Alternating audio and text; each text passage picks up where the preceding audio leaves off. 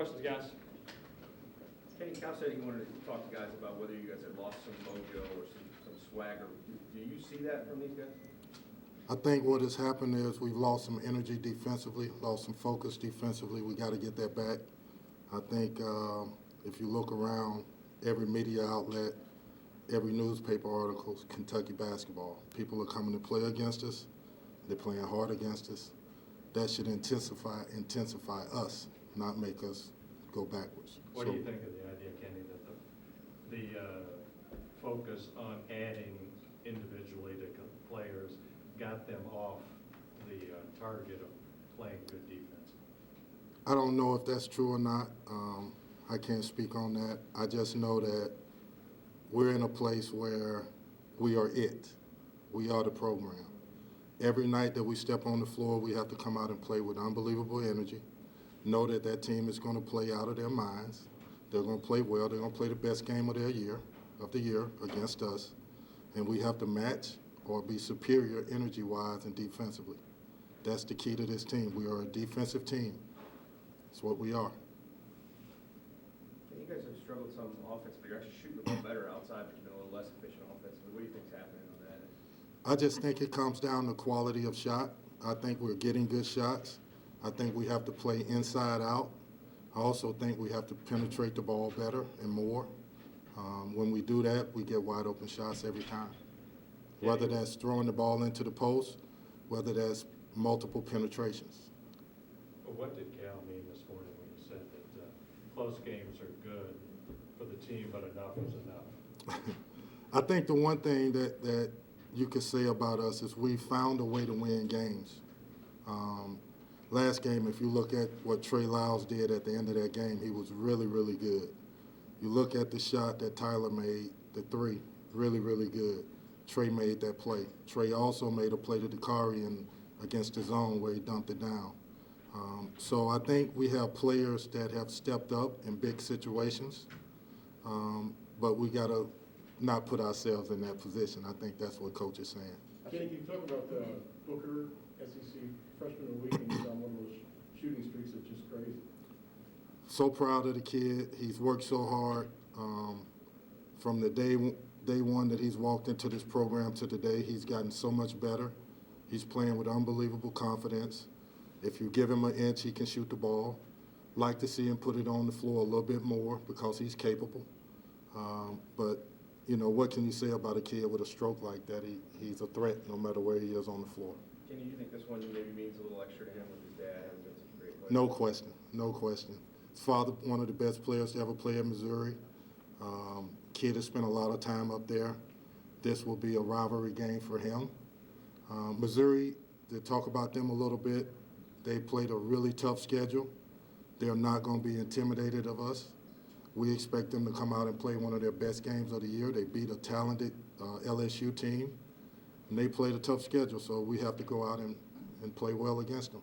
As those wins keep piling up, does that target get bigger and bigger for you guys? I don't think so. I think that we've done a good job as a unit of players and as a staff of staying in the moment, of not looking ahead, not worrying about the undefeated stuff and all of that. I don't think we dwell in that. I think our deal is stay in the moment, one game at a time, one practice at a time, one film session at a time.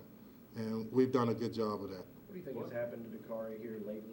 Maybe not as aggressive, it seems like, in the way he takes the ball to the basket and tries to score. And how significant was the end of that game the other day to maybe get him some confidence back? No question. Dakari was really good at the end of the game. I thought he was aggressive, attacking the basket, getting the big rebounds, making free throws. We need that of him all the time. We need him to play a game like that, not just at the end of a game. I think it should lead to more of that kind of play throughout the game.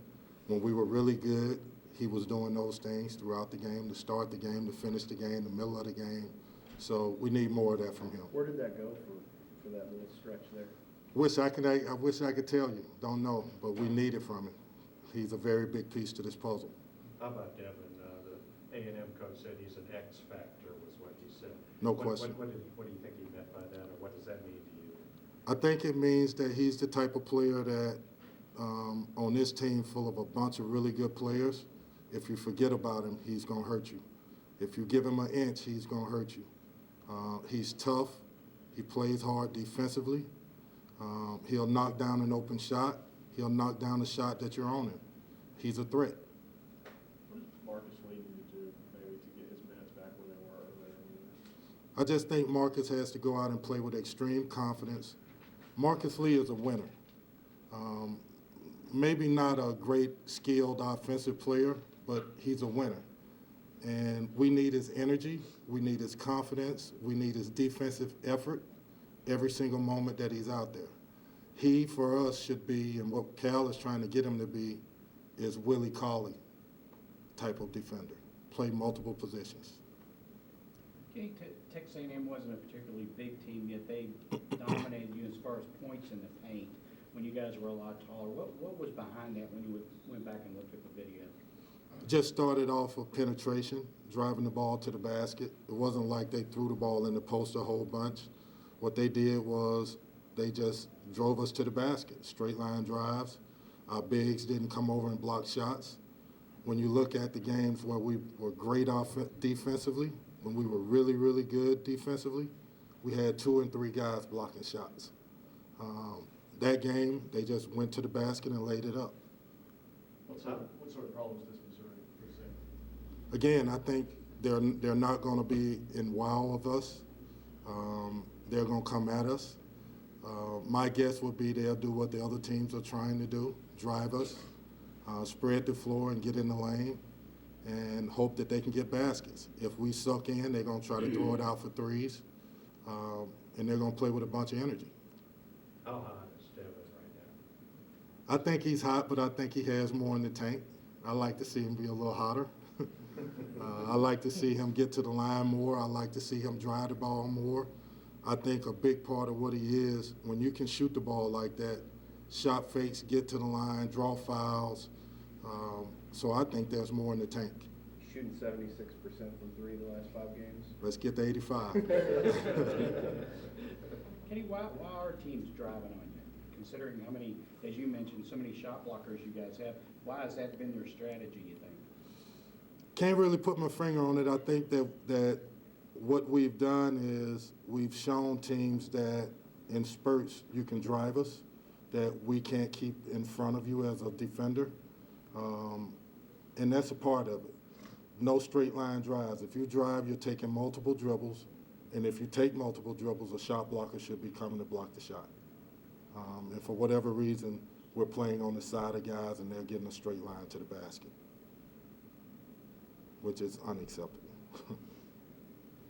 Anything else? All right, thanks.